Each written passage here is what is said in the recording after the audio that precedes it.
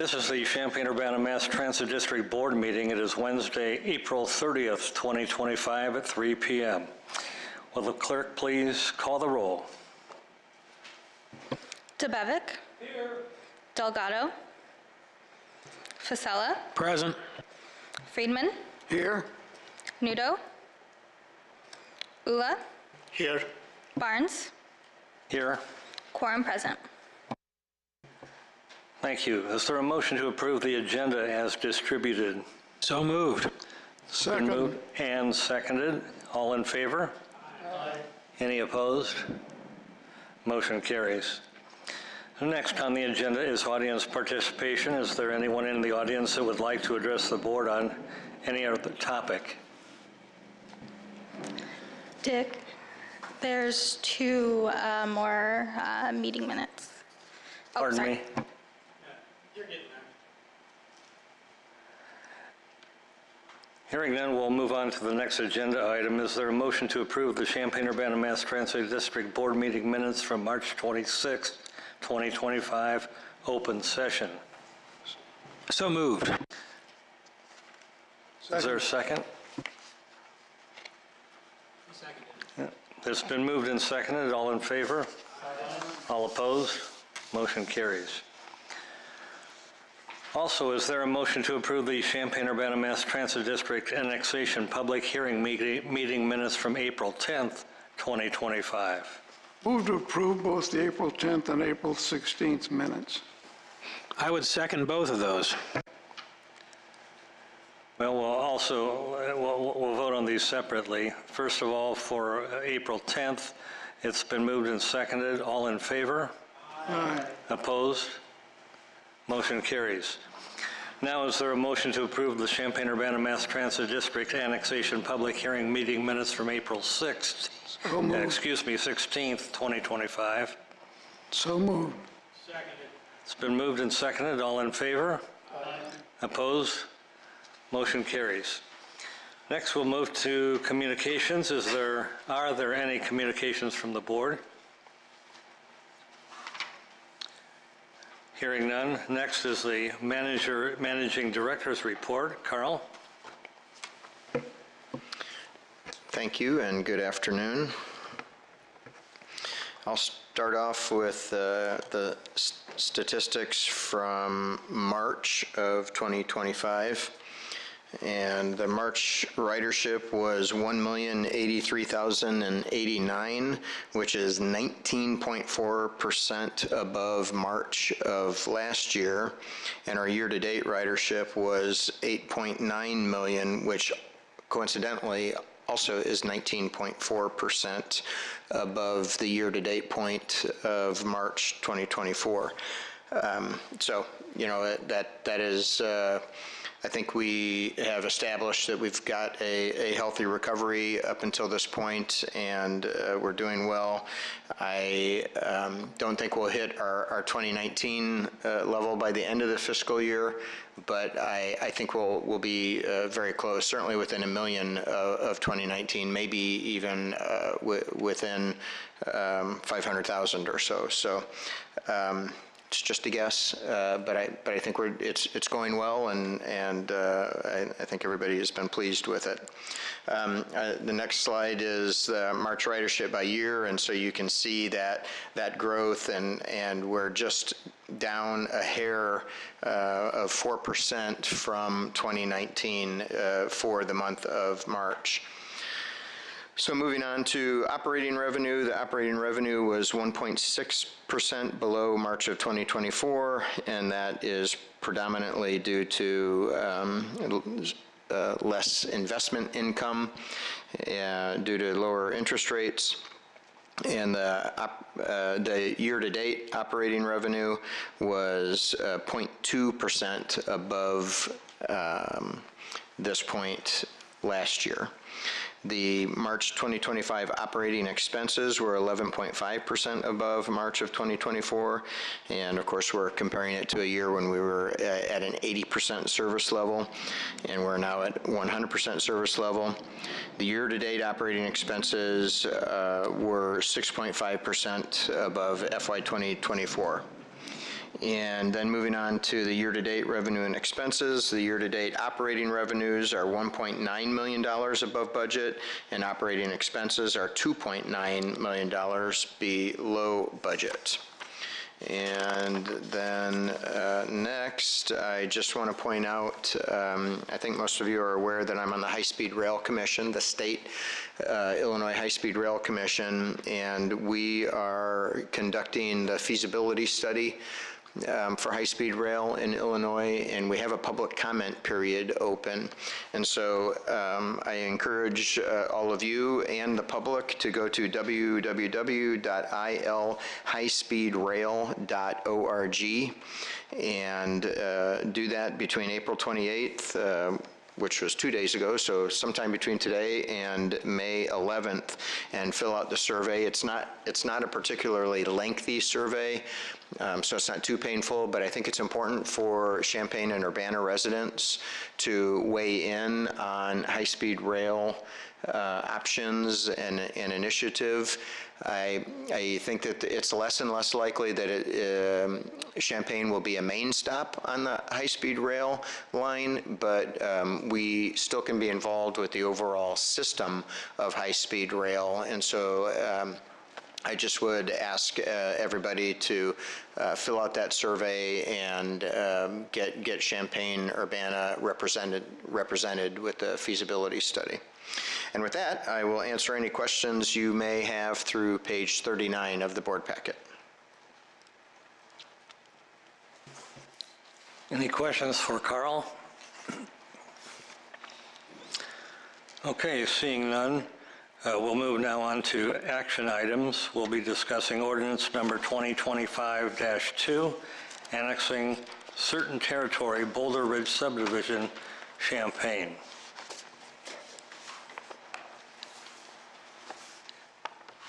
Any discussion here? Move to adopt the ordinance. Okay, it's Second that. been moved and seconded. Will the clerk please call the roll? DeBevick. Fasella. Aye. Friedman. Yes. Nudo. Yes. Ula. Yes. Barnes. Yes. Motion carries. Okay, our next action item, we'll be discussing ordinance number 2025-3, annexing certain territory northwest of I-57 Champaign. Any discussion? Do I hear a motion? So moved. Second. It's been moved and seconded. Will the clerk please call the roll? DeBevick. Aye. Fasella. Aye. Friedman. Yes. Nudo. Yes. Ula. Yes. Barnes. Yes. Motion carries. Okay, let's move on to our next action item. We'll be discussing District 116 Transportation Agreement Renewal. Are there any questions or comments? If I could just briefly say, I'll just make a single set of comments for both agreements, since we have both the Urbana School District and the Champaign School District as action items. I know you'll vote on them separately, but just overarching comment about both agreements. These agreements we do annually with both school districts to provide the middle school and high school transportation for students who reside within the MTD boundaries to all the middle schools and high schools within the districts, the school districts. And it's a great service. It teaches the kids an important life skill on how to use public transit, and having the intergovernmental agreement with MTD saves both school districts a significant amount of money. So it's really win-win for everybody. And so if you have any questions, I'd be happy to answer them. Yeah, definitely. This is an excellent service. Otherwise, you could think of thousands of additional cars on the road during the drop-off and pickup time. My query is the cost we can see here, approximately $267,000 and $684,000.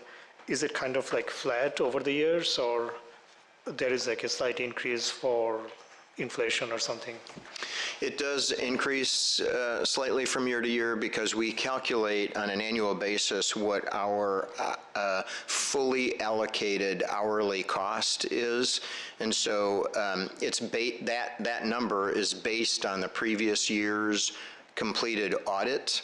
And so it's based on actual audited figures, and so it's as up to date as we could possibly be with it.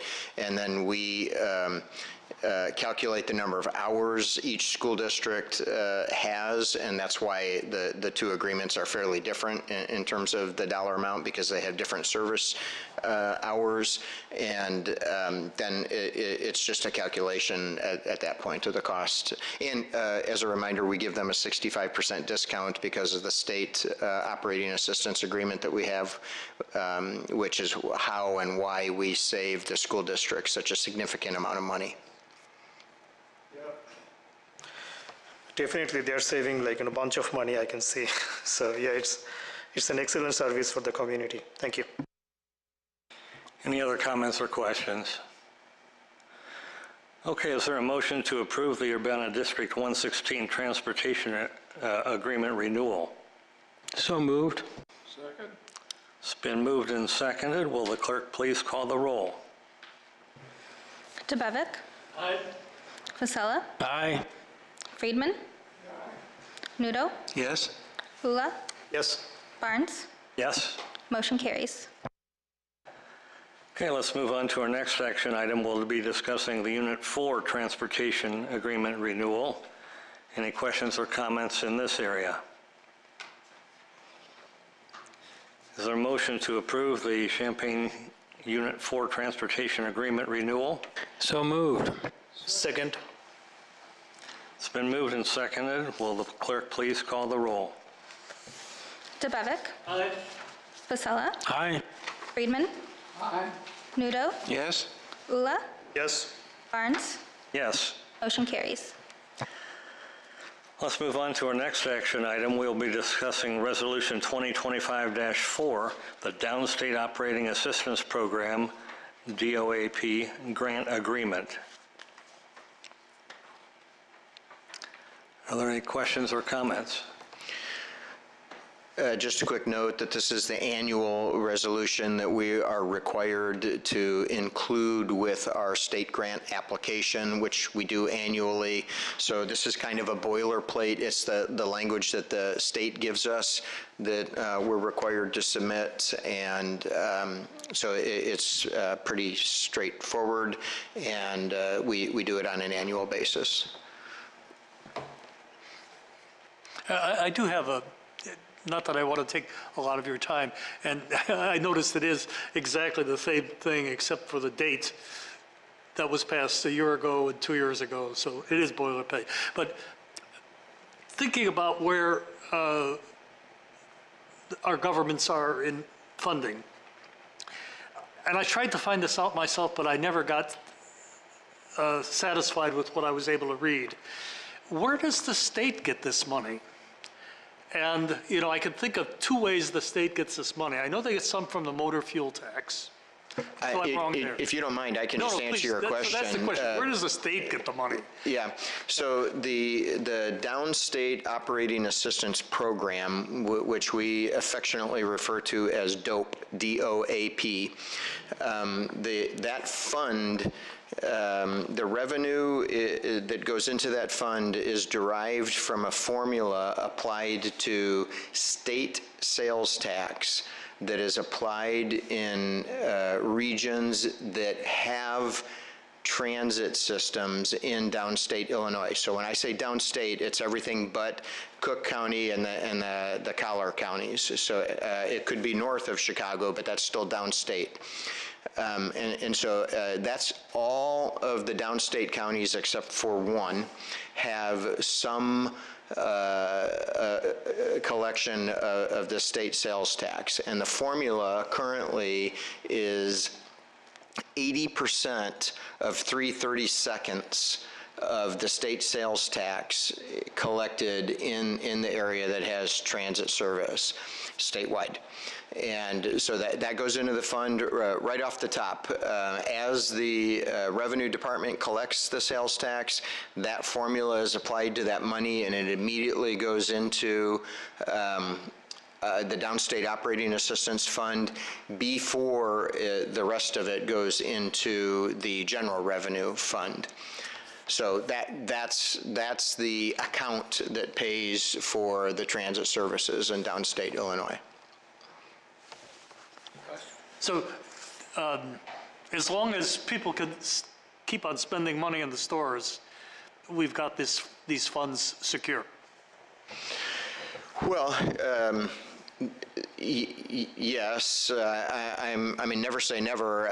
The funds are secure until and unless the legislature decides they want to do something different, I suppose. I mean, laws can change, bills can be passed, and that kind of thing. So I don't want to tell you something that just would not be true. But they're pretty secure. Public transit and the support of public transit is actually in the Illinois Constitution. So in the past, the legislature has been very inclined to support public transit services within the state. The Chicago area has the third largest transit system in the country, and so well, I think I just died. Public transit is a key part of Illinois, and the Illinois legislature has been very supportive of that. One quick comment on this. Go ahead. So just to give you a perspective on this type of transit funding is kind of unique if you compare with, say, other states like Missouri.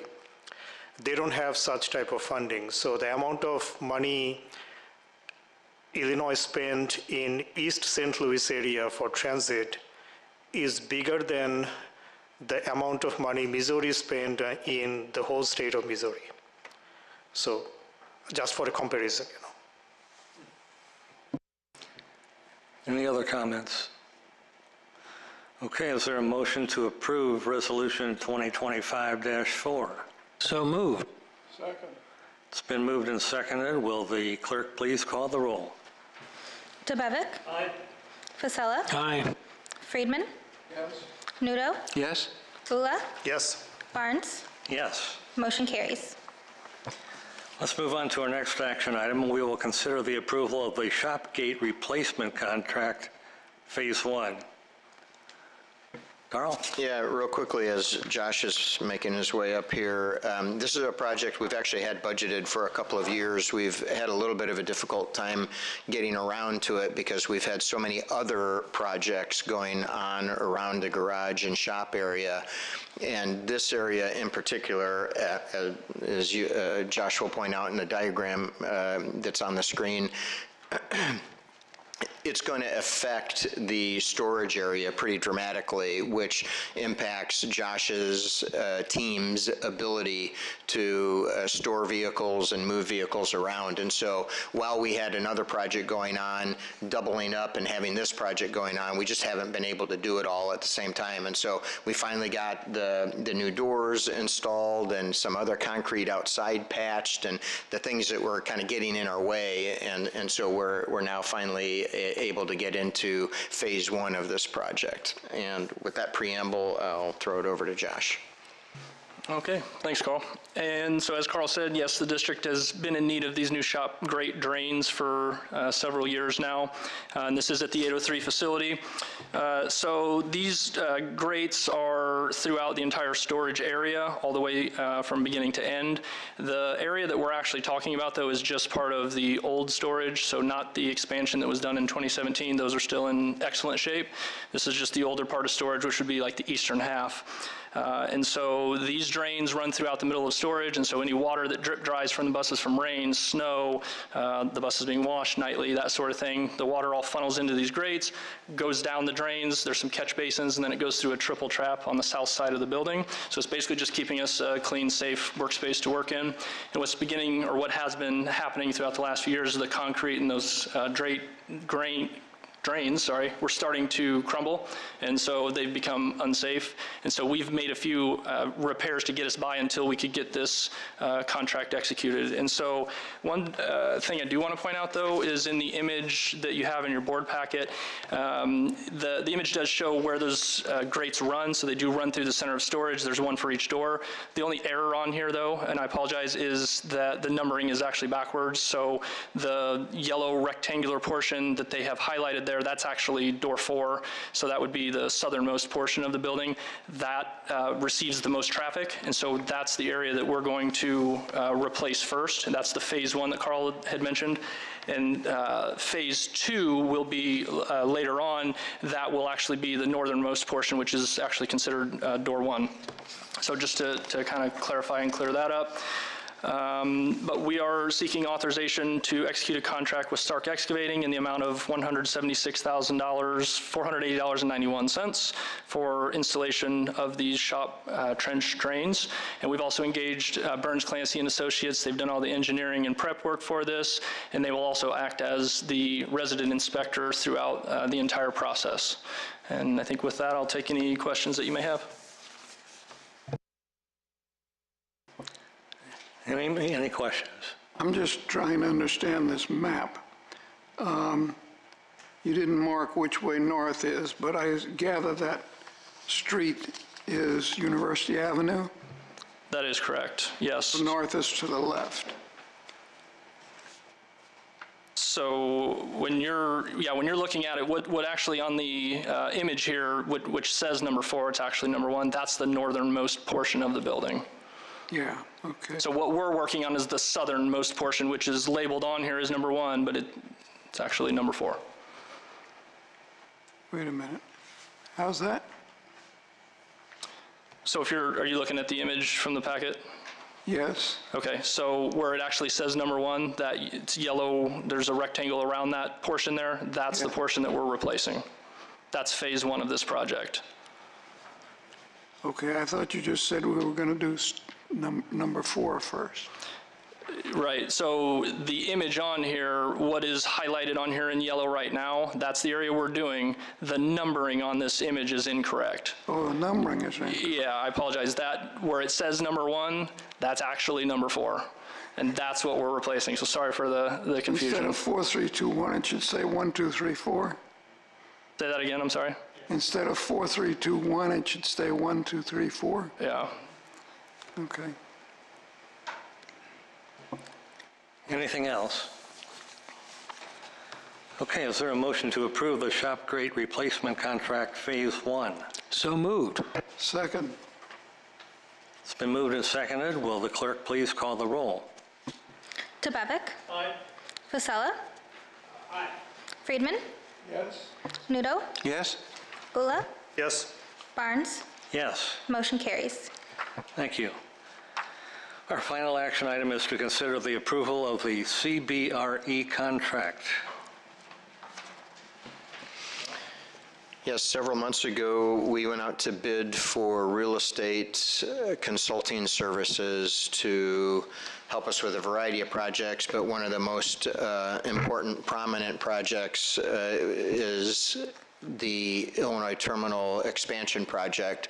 And so we have been discussing with this proposer, CBRE, and negotiating the rates for a couple of months. And we have involved the development partners that we have been working on the development agreement with. And so we really believe that CBRE has the expertise to help us with some of the really sticky aspects of the development agreement that we've been hung up on, not because MTD and the development group are fighting over them, but quite honestly, we both kind of sit on the table and are collectively stuck on the methodologies to make the determinations on how the agreement should deal with certain aspects. Cost sharing is a big one. We both agree that cost sharing needs to happen. We don't know at what percentage for which components of the project. It's very complicated. And so CBRE will loan us, we'll be paying for it, their expertise to help us figure out the structure of these really complicated aspects of the development agreement that we're hung up on. And so we're really looking forward to being able to do this. I think that this will add some fuel to the fire underneath us in getting this development agreement completed so that we can actually move the project forward. I'll take any questions.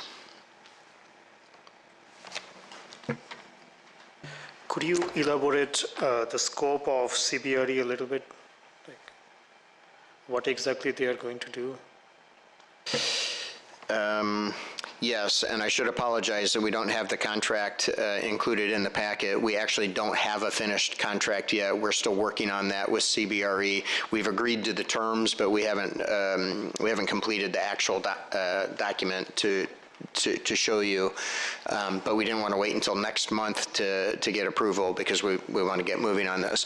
But the scope is, I apologize, I don't have the actual scope right in front of me. Phil, I don't know if you do because we sent it to you, but yeah, that's okay. I mean, essentially, they will help us complete.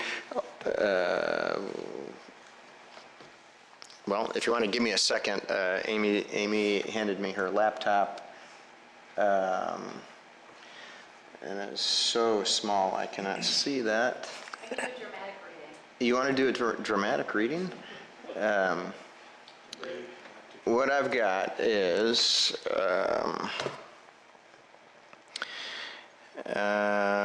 it's not a touch screen, is it? Okay.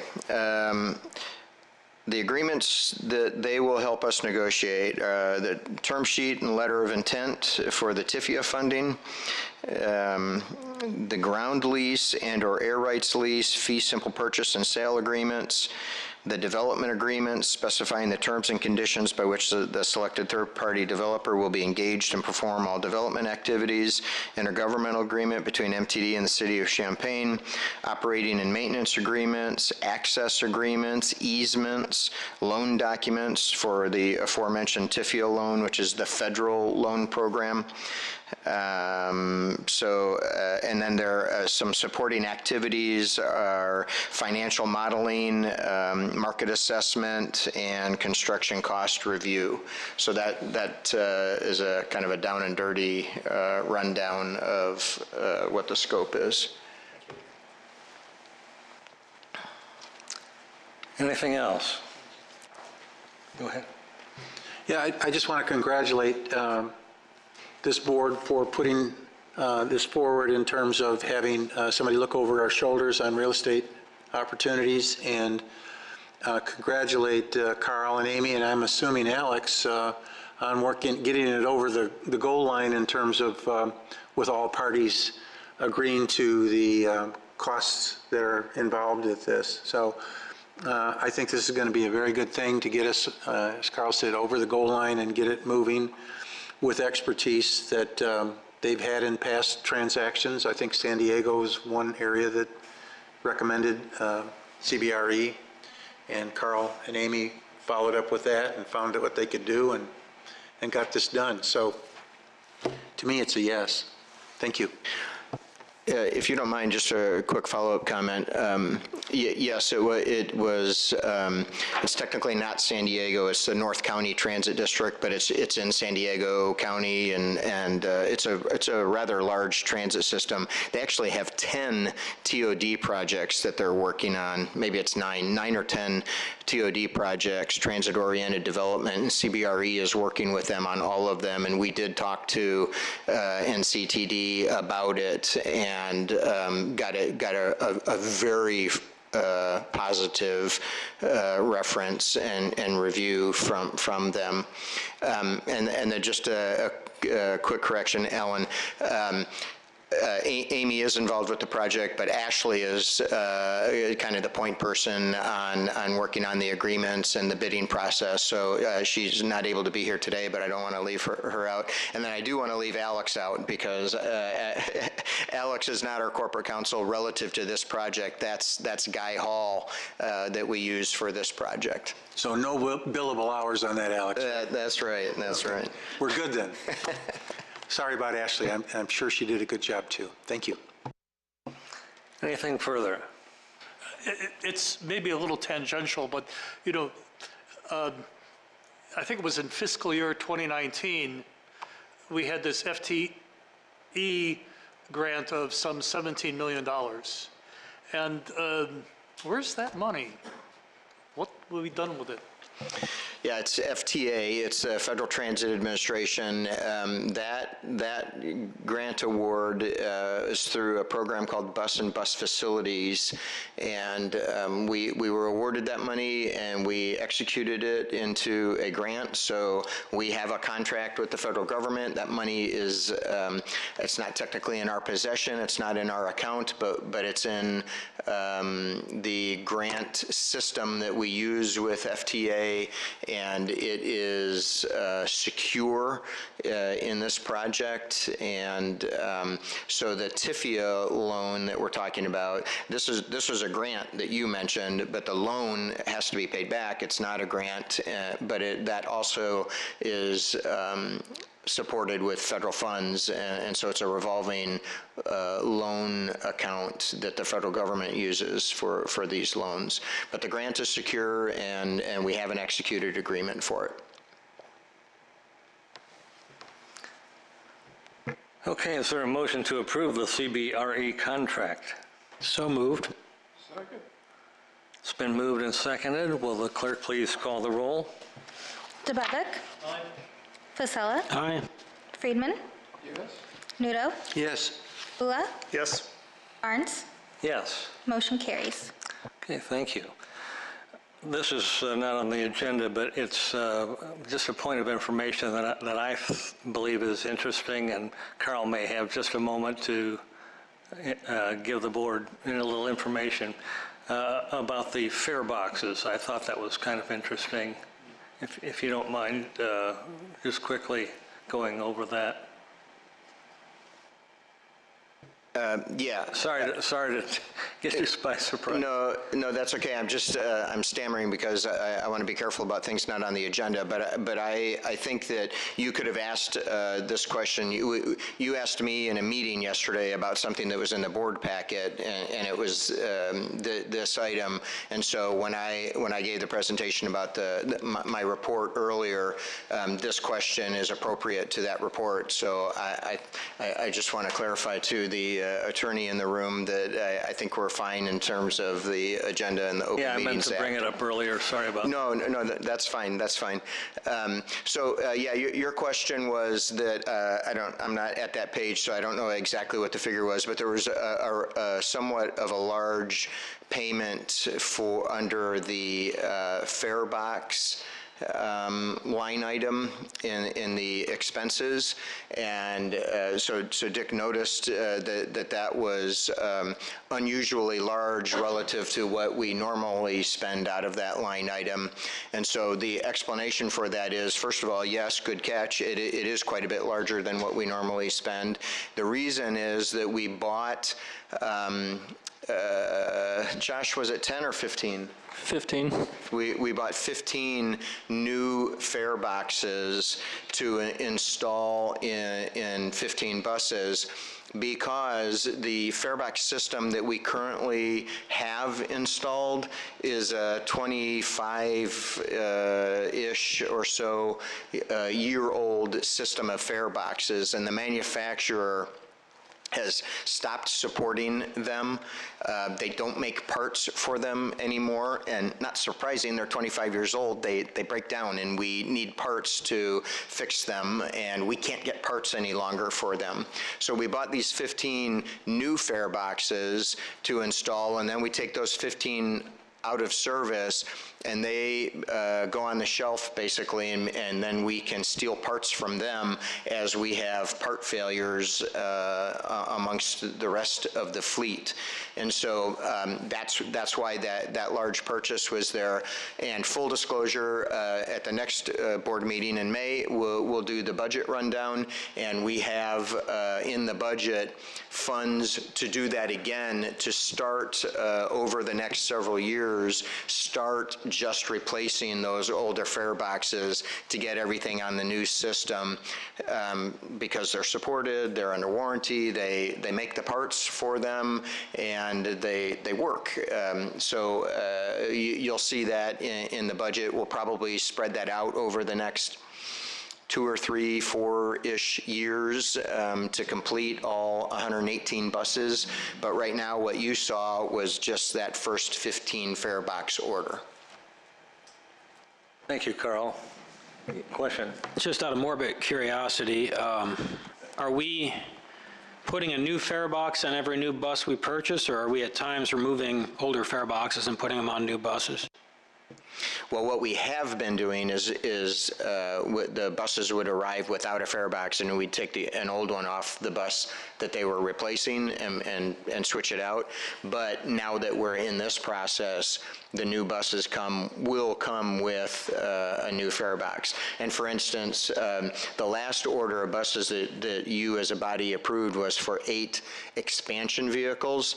Those would have come with the new fare boxes anyway, because they're not replacing buses, so there's no old fare box to put in them. So, but yes, new buses will come with new fare boxes. I mean, it's good you're being frugal about it. Any other comments, questions? All right, thank you.